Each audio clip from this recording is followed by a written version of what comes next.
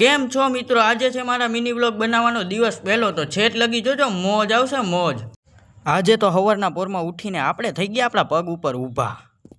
પછી ચા પાણી પીને નાહી ધોઈને આપણે નીકળી ગયા સલીમના ગેરેજ બાજુ. સલીમભાઈના ગેરેજે આવીને જોયું તો અહીંયા તો સલીમભાઈ હતા જ નહીં. પછી તો શું, આપણે થઈ ગયા આપણા ઘર બાજુ રિટર્ન. ત્યાં તો રસ્તામાં મળી ગયા આપણને આપણા ભાણુભા, પણ ભાણુભા તો વિડીયોમાં આવવાથી શરમાતા હતા. તો મેં કીધું કે લાવને હું જ સ્માઇલ કરી દઉં. ભાણુભા અરે મસ્તી કરતાં કરતાં ક્યારે હું મારા ઘર પાસે પહોંચી ગયો મને પણ નથી ખબર. અને હું રહું છું 3જા માળે, અને એ સીડી ચડવી એટલે ગિરનાર બરોબર કહેવાય. અને એ ગિરનાર ચડીને હું પહોંચી ગયો મારા ઘરે. ઘરે આવીને હજી બેઠો ત્યાં તો મને યાદ આવ્યું કે આજે છે શુક્રવાર, એટલે કે જુમ્માનો દિવસ. પછી તો હું નીકળી ગયો ફટાફટ નમાજ પડવા. તો આ છે મસ્જિદે કાસિમ રેલનગર. તો હાલો નમાજ પડીને ભેગા થાય.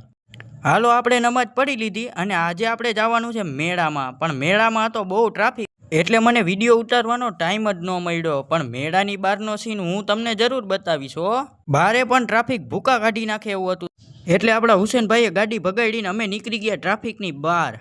ટ્રાફિકની બહાર નીકળતા જ આવી ગયો ખાલી રોડ. અને આ રોડ કયો છે એ તમે કોમેન્ટમાં કહેજો.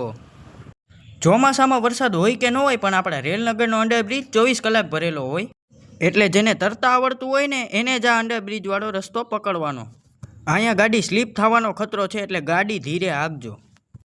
પછી તો થઈ ગયા આપણે આપણા રેલનગરમાં એન્ટર. અને રેલનગરમાં હાલતી હતી જન્માષ્ટમીની તૈયારી અને શાનદાર ડેકોરેશન કરેલું હતું.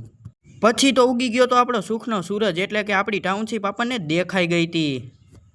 બસ તો પછી અત્યાર માટે આટલું જ. હવે કાલે ભેગા થાય.